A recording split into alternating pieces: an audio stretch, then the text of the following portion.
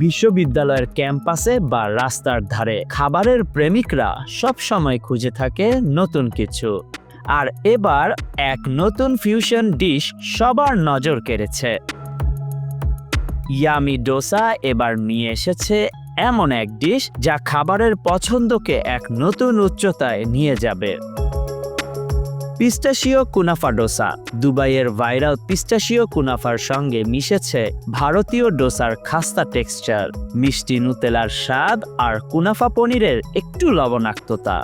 আর কি চমৎকার ভারসাম্যতা, যা আপনার স্বাদবোধকে এক নতুন মাত্রায় নিয়ে যাবে।